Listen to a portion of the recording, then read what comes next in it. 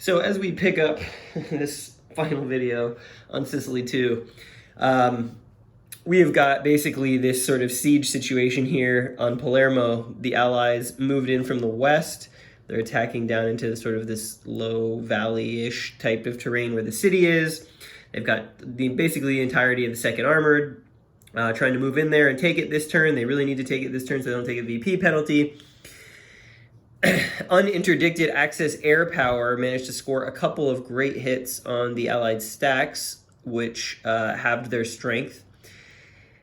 And then, of course, the Allies rolled for surprise, and it turns out the Italians had set some sort of ambush in there because the Allies were not only surprised, but they were surprised as much as you could humanly be surprised, which is not good, and they're going to be rolling this combat on the lowest possible table, so I'm guessing this is not going to go very well for taking Palermo this turn, which is unfortunate, dashing the Allies' hopes here.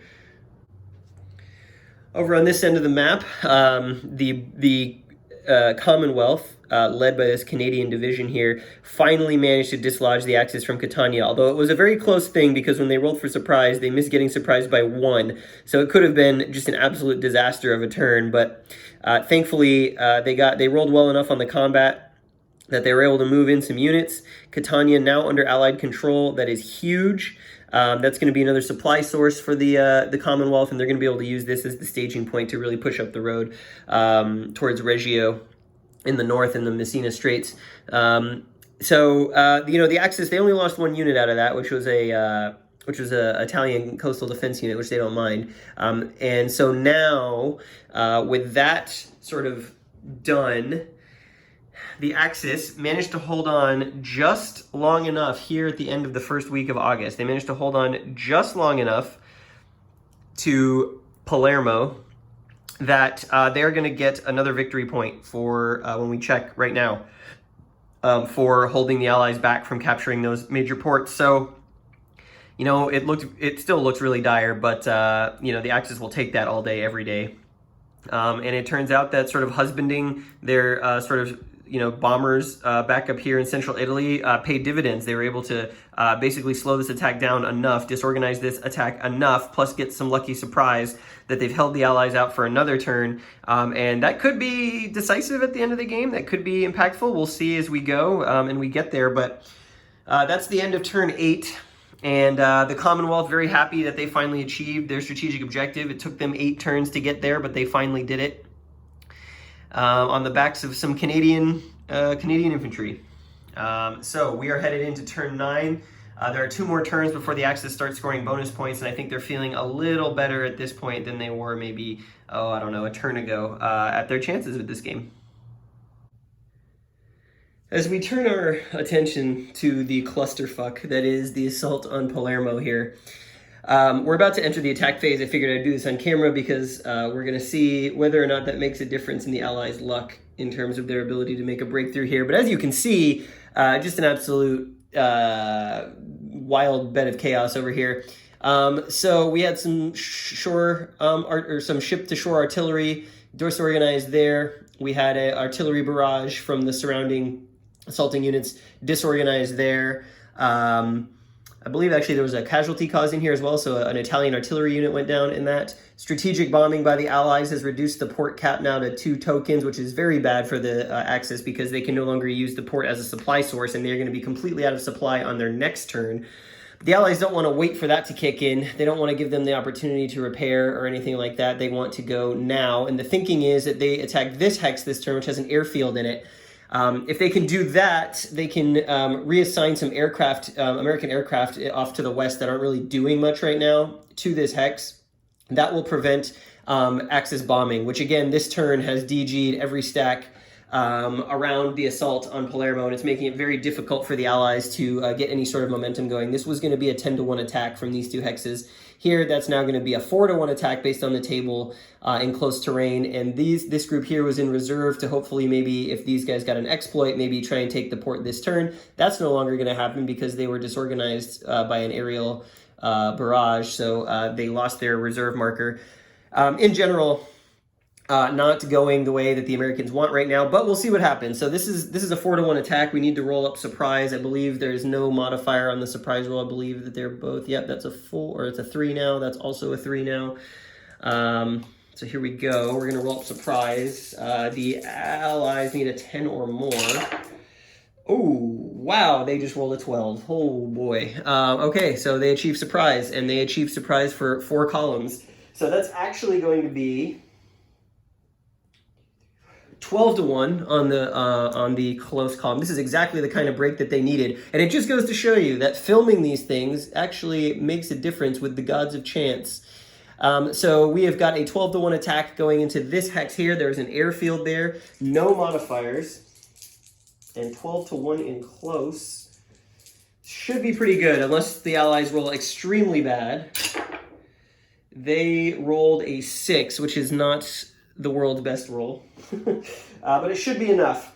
So that's that is enough. So defender loss 1, option 1, attacker option 1. They don't really need to worry about the options because there's only one defender. That's this German Kampf group.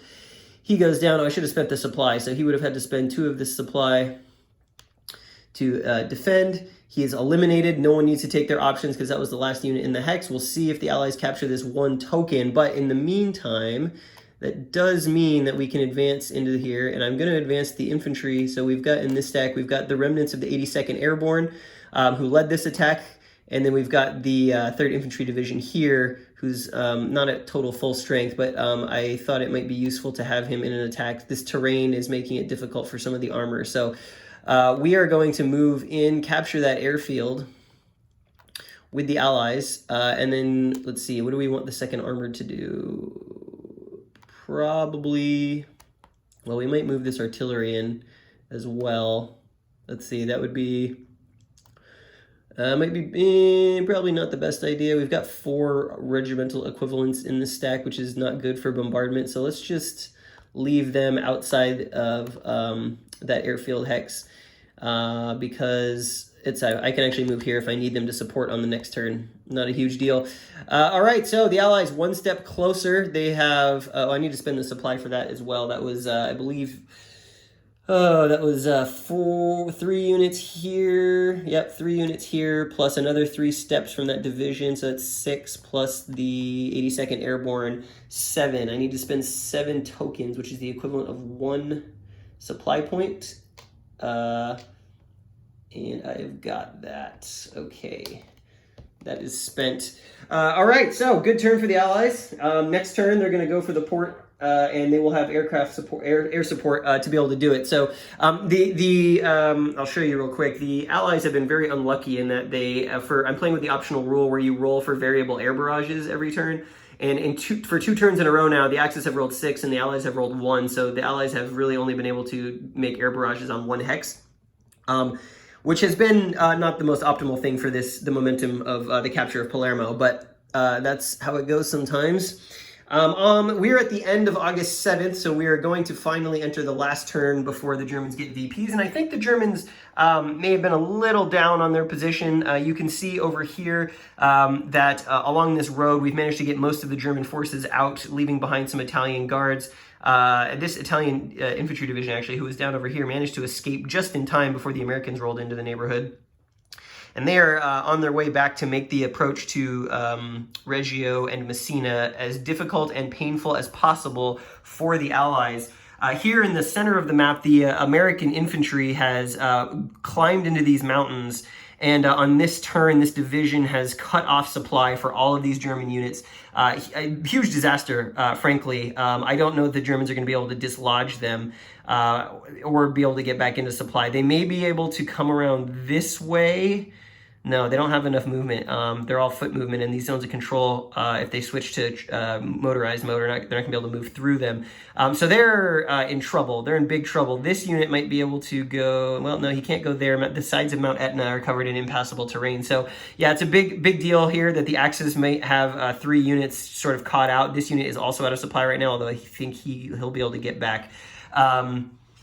So the Americans closing the trap here around this side of Mount Etna, it's going to make the Germans have to sort of pull back even further here. They're on their way, but they're trying to slow down the Commonwealth, who have just a boatload of force along the coast here. And they're about to make an attack. I haven't done it yet. Probably on this hex to eliminate this Italian elite unit, armored car unit here, and that will allow them to kind of, try and get around this stack who's defending this really narrow sort of pass between the beach and the mountains.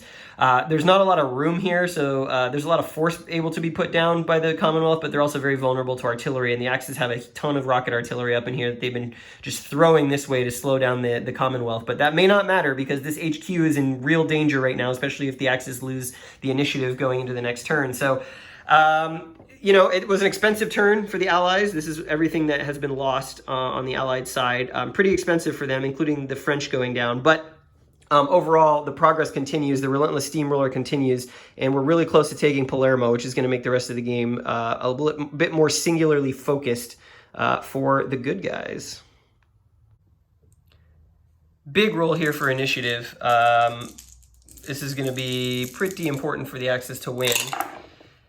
And they don't. The Americans and the Commonwealth are going to get a double turn, and that is pretty bad, all things considered. I guess really the only saving grace here is that these units will not have to check for supply until the end of this turn, so maybe that's cool. But that is going to mean that the Allies have a DG units in Palermo, and while I'm thinking about it, this needs to come off at the end of the Allied turn. Looks like Palermo's going down this turn, and the Allies are going to be able to kind of sneak a march, sneak an advance on the Axis. So again, power of the double turn coming into play for the Allies. We are now going on over a week that this Italian division has been in Palermo, holding off the entire 2nd Armored Division for over a week, getting shelled by this massive fleet of destroyers off the coast, getting pounded with aerial bombardment, and this freaking Italian division I just did the attack on now the 10th of August, with everything. I even moved in supply from other parts of the map and sacrificed operations with the Americans over in the mountains so that I could take it this turn.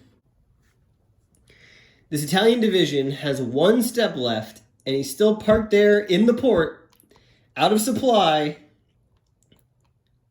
This is unbelievable. He's going to be halved, I think, 3 times if I'm attacking him again. He's going to be halved for having no supply. He's going to be halved for being DG'd. He's going to be halved again for having 2 steps missing. So I think he's got something like 3 strength points. I did get some exploits this turn with these 2 things. Unfortunately, my most powerful units that I have the supply for did not get an exploit. Oh wait, that's not true. They did get an exploit. I'm missing a marker. Let me fix that. I have just enough supply to make 1 more attack with 3 of these units that I can get to them. And it's going to have to be this stack right here. It's going to be, what is that, 14. I can muster 14 strength to try and finally take Palermo in the exploit phase this turn. So we'll see how it goes. I swear to God, if he holds out again, he wins pasta for life.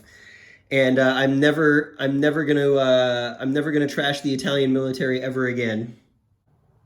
Okay, here we go. Exploit phase. These units are going to try and exploit in there with the attack. 6-1 in close. We're rolling for surprise. We get a +1 to that roll. No surprise there. So now we do the attack. We are at +1 on 6-1. Here we go. Perfectly average. That is a 7. A 7 is A01, DL101. All right. A valiant defense, Italians. A valiant defense, but that 1 step loss there is enough to eliminate you. And we can finally take control of the port of Palermo 10 turns into the game. In fact, the end of the 10th turn of the game. Finally, we've captured Palermo. Definitely behind schedule, at least as far as the victory points go for this game. But we did it. And even if the Allies end up losing this game, I think the relief and joy that I feel about finally accomplishing this goal means that, you know, I win. No matter which faction wins the game, I feel like I have won, and that's the important part. All right, watching back the previous sequence on this video, I do have to correct a couple of things. So first of all, I made a bunch of mistakes in terms of how the outcome is not going to change, thankfully. But I kept everything the same. The rolls I made, I did it on the correct column this time, which was not the case before, and also the units that could attack. I got an exploit 4 on all these attacking units. What this means is during the exploit phase, units with an action rating of 4 or higher can then move and attack. Well, in the clip you just saw, I said that I would attack with this stack here. Unfortunately, none of the units in this stack have an action rating of 4 or more. They're all 3 or less. So they actually cannot use the exploit phase or the marker that they got. And the same is true over here. I could attack with the 12th Airborne or the 82nd Airborne all alone, but that would be dumb. And this infantry division also doesn't have an action rating high enough to be able to attack. So that leaves only one stack able to do that, and that is this armored stack, which I would have done. The odds would have been 3-1 in very close, not close, because this unit is in a city. And the other thing I did wrong, as you can see here, is that he's only halved twice, once for the DG, once for the number of step losses underneath him, because he only has 1 step left. But he is able to use his internal stocks, despite the fact that he has no supply at this particular point. So he would not be halved for that. He could use his internal stocks, which means that he has a combat value of 3.25 versus this armor stack, which has 6, 12, 18 halved because they're attacking into a city hex. Actually, that's a city hex, just barely. That would mean that they are at 9. So 9 to 3.25 is 3-1 in very close terrain because it's city. And then ultimately, the difference between the action ratings, so he is a 2 because he's DG'd and he is a 4, would have been +2 on the die roll. So on that column with the correct DRMs shifted from that 7, that would have been an attacker option 1, defender option 1. So if the attacker takes the option, which they will because they want to get into this particular thing, they would have lost this armor unit. Not a big deal. Replacements are pretty easy to come by for the allies. And then this Italian unit obviously would have had to take his option. He has nowhere to go. He is going to be destroyed. That means these units shift into here. And actually, a quick question. I can't find it in the rules. There's an artillery unit in this stack. I'm not sure if he's allowed to take ground after the attack. Typically, it's only the units who paid supply to attack, and artillery can't do that. So I've been playing, they kind of stay behind, but I'm not totally sure about that. So if anyone has any thoughts on that particular situation, let me know. Anyways, my thoughts stand based on what you just saw. We did take the city. We took it at maybe a higher cost than I thought it was going to be, and now I did it correctly. Wanted to correct those errors, so anyone watching this video, if they're getting into OCS or playing OCS or noticing my mistakes, don't have to correct me because I am self-correcting. I know this is probably going to be like the most mundane thing ever, but I did really quickly want to take a break and show you my storage solution for the OCS markers, which I do not use counter sheets for because I have so many OCS games and eventually I just could not fit them in there.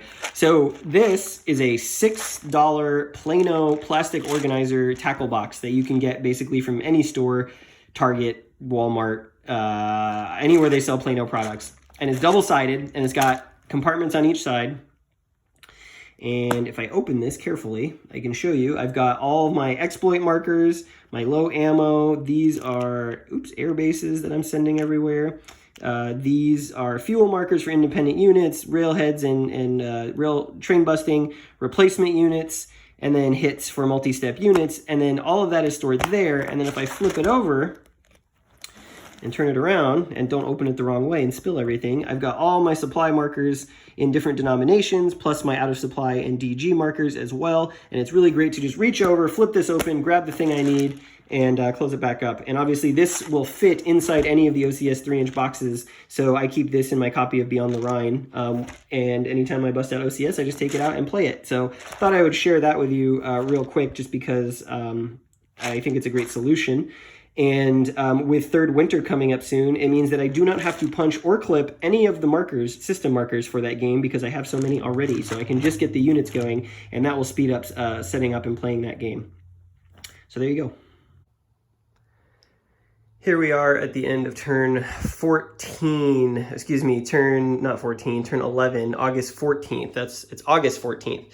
So we're about 6-7 weeks into the campaign, and as you can see, most of the island free of Germans and Italians for that matter, except for way up here, and I'll get in closer to have you look at that. But before I do that, I just did want to mention kind of where the game stands right now. I had a look at the victory conditions.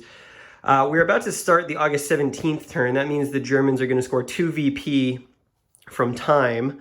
And then I was looking at the destroyed ships and how many victory points they're getting from that. It's another 2 VP. Plus they've got the 2 VP from the holding off the Allies, getting to Catania and Palermo. So they're sitting at 6, and according to the scenario or the rules of the game, 6 VP is good enough for a draw. So unless the Allies can take the final 2 ports this turn, which there's a small one here, and then there's Messina itself, the Axis are actually going to win this game. And I'll have some thoughts on that as I go over sort of the end game. But I'm basically going to play out this final turn. We'll see how far the Allies can get. And then I'm going to call it, because it will be clear at that point that the Axis did enough to delay the Allied takeover of Sicily. But I also want to kind of show you how that came sort of to a head here at the end. And, you know, despite being down on the Axis's position, I think they did a really tidy job of their sort of fighting retreat back up to Messina. So let's take a closer look at that. So first things first, the British, having now sort of shunted the Axis back out from the Mount Etna area, face sort of a problem of their own, and that is that they've got just a huge traffic jam trying to get up across here. And the Axis have actually placed some really annoying, the remains of the Italians that were stationed up in Messina have moved down now to block some of these key crossings. This river here is blocked by an Italian coastal unit that chose not to surrender, and then some real just trash. There's an Italian cavalry unit, and this is actually an Italian unit, even though it's green, are kind of holding the advance right here on this secondary road that comes in here.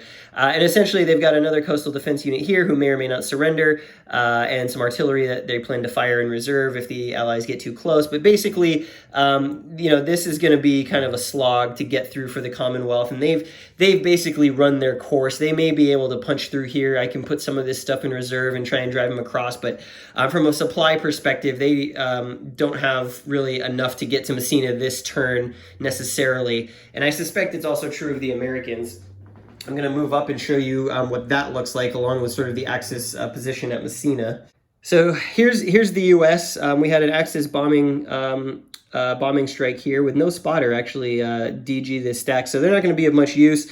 We've still got some Italians. The Italians on their last turn rolled pretty well for replacements. They've managed to scrounge together some replacements. They've got a full strength division here blocking this approach, and then they managed to get this tracked sort of light armored unit, I guess you would call it, here blocking this mountain road. And then obviously there's some German stragglers here, plus an Italian coastal unit who's not going to surrender, and this anti-tank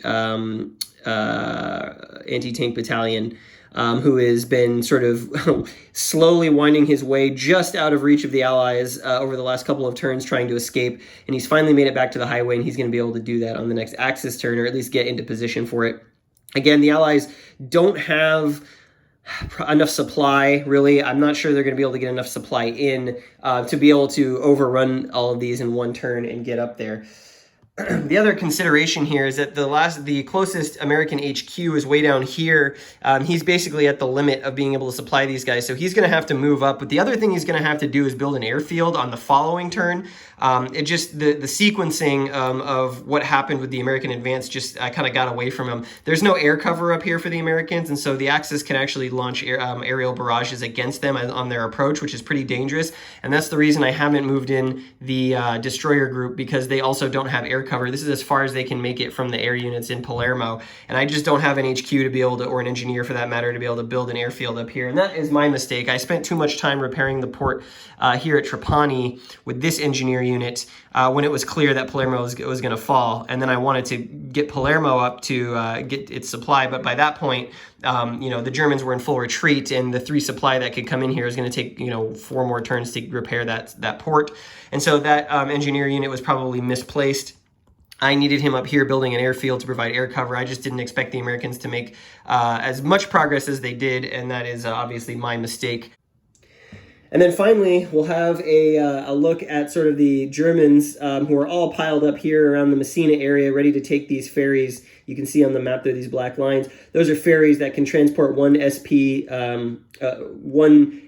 equivalent of combat units across per turn. So you can get basically 4 SPs of units across to mainland Italy per turn. And that is obviously going to, I think actually from the math on that, let me just look at that. That actually may pass the axis over. Yeah, they would only need to exit 4 units, which they can do easily this turn, and that's actually going to give them the 7 victory points they need to win the game.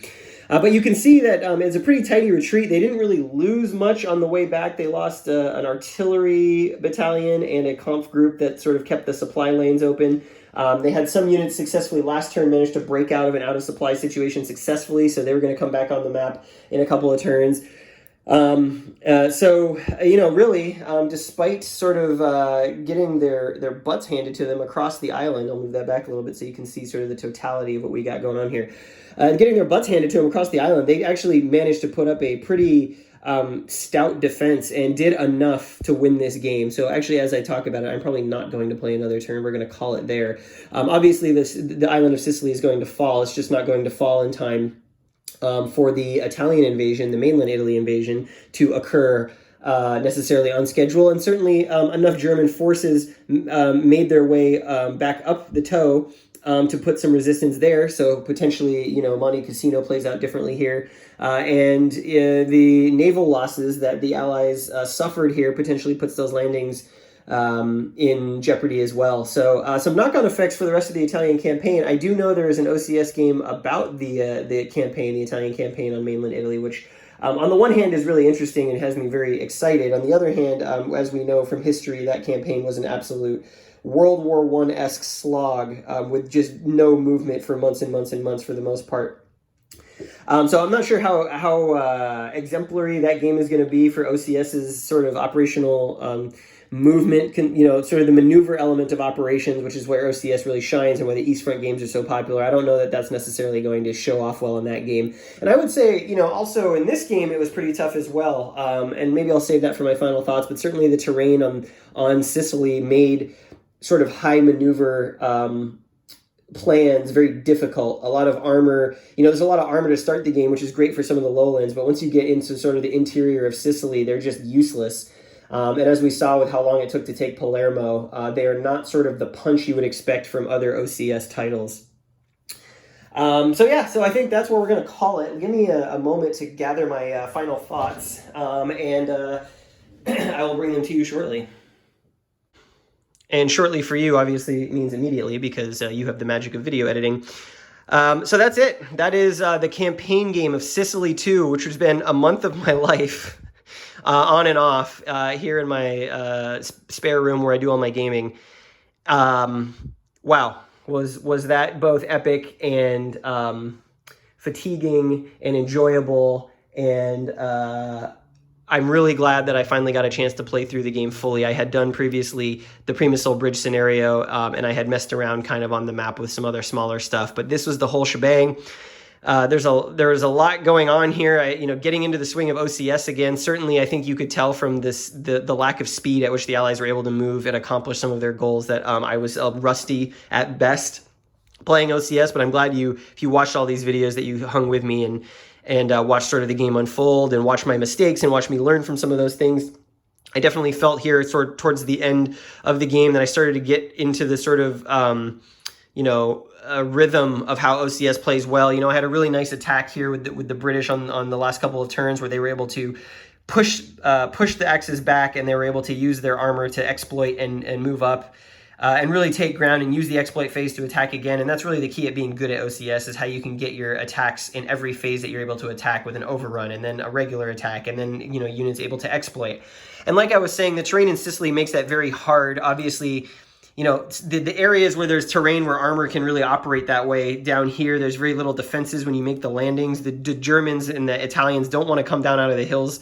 They want to snipe off some units if they can, but you're not having these big wide front engagements like you are in sort of like the East Front. And so, and obviously these river lines on the Commonwealth Advance make it very hard to do overruns.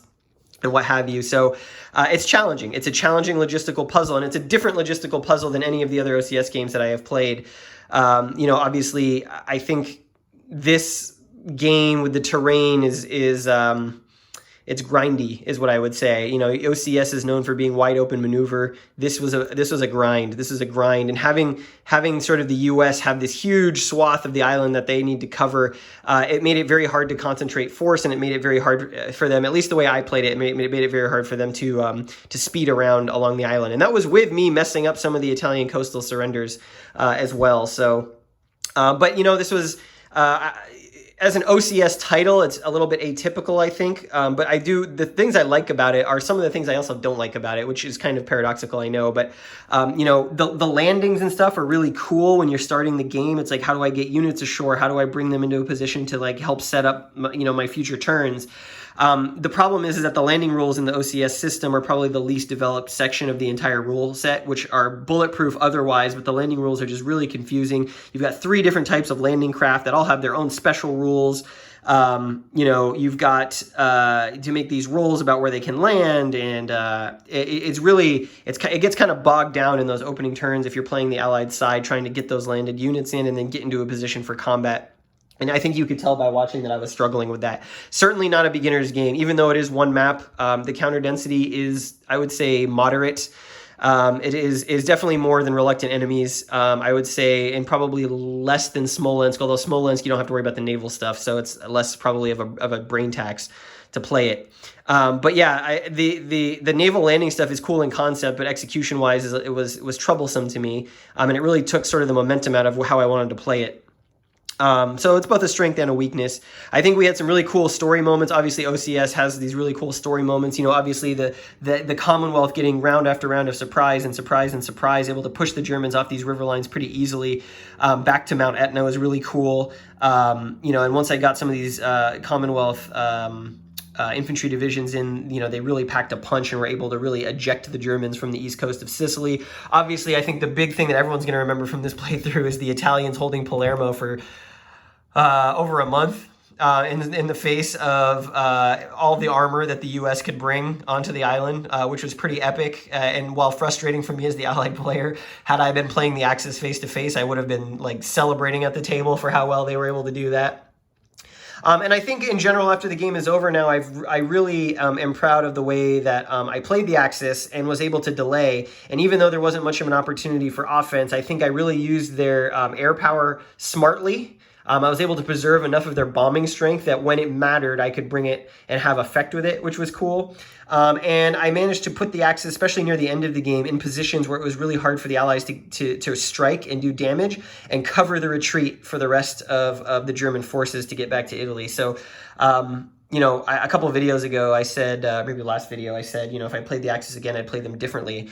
And I think that is only true insofar as I would be playing a more competent Allied player. I think one of the things that this game does is it really shows the challenge the Allied player in Sicily 2 has. They need to move quick, and they need to know the ins and outs of the systems. They need to be able to play this game well, and they need to be able to do what I was talking about, which was get the overruns and the attacks and the exploits, and they need to get that whole rhythm moving, because otherwise they're going to have what happened here happen to them, and that is they take too long. There's a lot of pressure on the Allies. I would say it's probably way harder to win as the Allies in this game, especially if you're not a proficient OCS player. And I think, this demonstrated that pretty well. This, by far the best example of showing how someone up against the gun with time pressure who's, not great at OCS can really just flub it. Although I started to get into it there at the end. What else can I say? It's unfortunate that this came with a magazine that went out of print so quickly. Obviously, this is a different scale from the first edition of Sicily, and, different unit counts and stuff like that. I think Sicily 1 is still, enjoyable. I've never played it, although I've seen it.